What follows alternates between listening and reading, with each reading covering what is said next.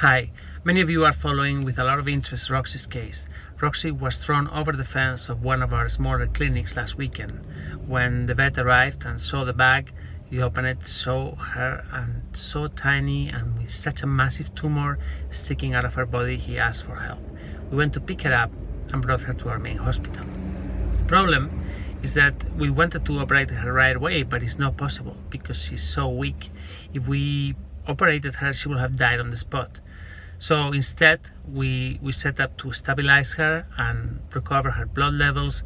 Her hematocrit is so low, albumin levels are very low. I mean, she really needs a lot of work. The problem is that just a few hours ago, she's had a thromboembolism. That's a blood clot. Now, many reasons why this happens, where this can happen. Could have been a reaction to the blood transfusion we gave her. It could be a reaction to the worms that are inside the tumor and are creating a septic reaction. It can be just the spread of the tumor, of the cancer cells within her blood. Many reasons, we don't know. It has started with neurological symptoms and is evolving towards respiratory symptoms. Her lungs are filled with fluid. So she's now on oxygen therapy.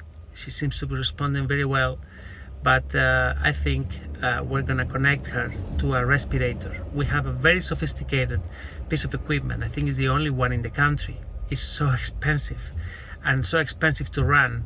But this ventilator, or respirator as we call it, has proven invaluable in giving some extra time to some very critical cases for them to recover. We've used it a few times before, and I mean, there's a chance that it might work. Someone said that, oh well, you're so brave when you take a decision. This is 50-50, you know. Death or life, 50-50. So this is a moment of bravery. I don't think so. I think bravery is when you choose to fight, when you have all the odds, that go against you. And this is what's happening with Roxy. Many people are telling us that we should euthanize her, but I'm wondering, how can you say this?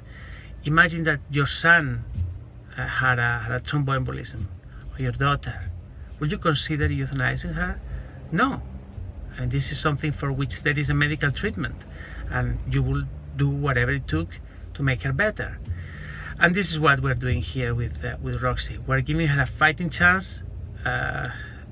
We have nothing to lose. I mean, if we don't do anything, she's already dead.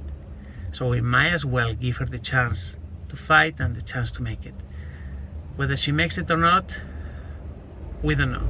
Time will tell, and it's really up to her and up to nature. But our obligation, because that's how I see it, it's an obligation, is to do everything on our hand to help her. So this is Roxy. This is how she's doing this morning, and it's very worrying. Yeah, I think in about an hour we're going to connect her to the respirator, and let's see how it goes.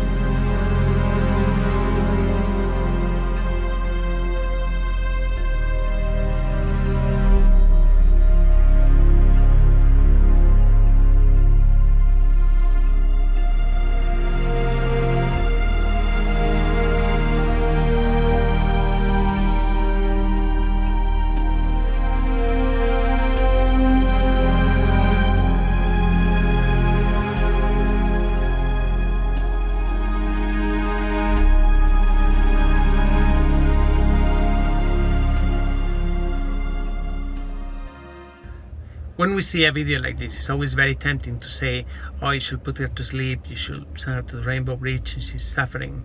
But the thing is that time and time again, animals prove to us that if we fight for them, if we give them the means and the time, they tend to recover. So here's an example. Sweetie was rescued last week as well. She came in a horrible condition, having neurological symptoms, unable to stand, unable to walk. She was practically dead. Well, look at her today. She's doing so much better. I don't know what's going to happen in the end. Really don't know. How can I know? Medicine is not an exact science. 2 + 2 is not always 4. In medicine, it's not like this. So some things can go wrong, or some things can suddenly change, and the animal can make a great recovery. It is our obligation to give them the time, to give them the chance, to put all our work behind them, so that they are supported and they can fight against what is happening. In the end, it doesn't only depend on us, it depends on them. So yeah. Dad, I hear you're recording for the World Awareness Society. What is that? Yeah, you mean World Animal Awareness Society? Well, I'm a volunteer with the World Animal Awareness Society, Emerson. I volunteer my voice for use in animal rescue videos. And I don't know if you know this, but everyone at the World Animal Awareness Society is a volunteer. But what do they do? They're award-winning volunteer filmmakers who have interacted with 2,200 animal welfare nonprofits, including Maddie's Fund and Austin Pets Alive, providing information-rich content to more than 45 countries in the last 10 years. Dad, what does that mean? Okay, how about this? They make short movies about animals that are in peril, that are hurting, in bad shape or dying, or homeless in the streets. They film rescuers doing heroic work so they can focus on saving lives. The World Animal Awareness Society posts the rescue videos on social media, and then they're broadcast on TV, sharing the heroic stories with people all over the world so they can understand what's really going on. Cool. I like animals. How did you start volunteering? Well, I met their director through social media and saw the work that they were doing and knew that I could help their cause. So I asked if I could volunteer. I am very fortunate to have really great jobs providing the voice to so many shows that I believe it's important to give back. Since I've been volunteering with the World Animal Awareness Society, they have created the 7th most influential YouTube channel for dog rescue lovers in the world, WA2S Films. That's so cool. Hey, Dad, nice job. Do you think I could volunteer too? You already are, Em. You already are. You're watching the World Animal Awareness Society. Yep, that'll do, Emerson. That'll do. You're watching the World Animal Awareness Society.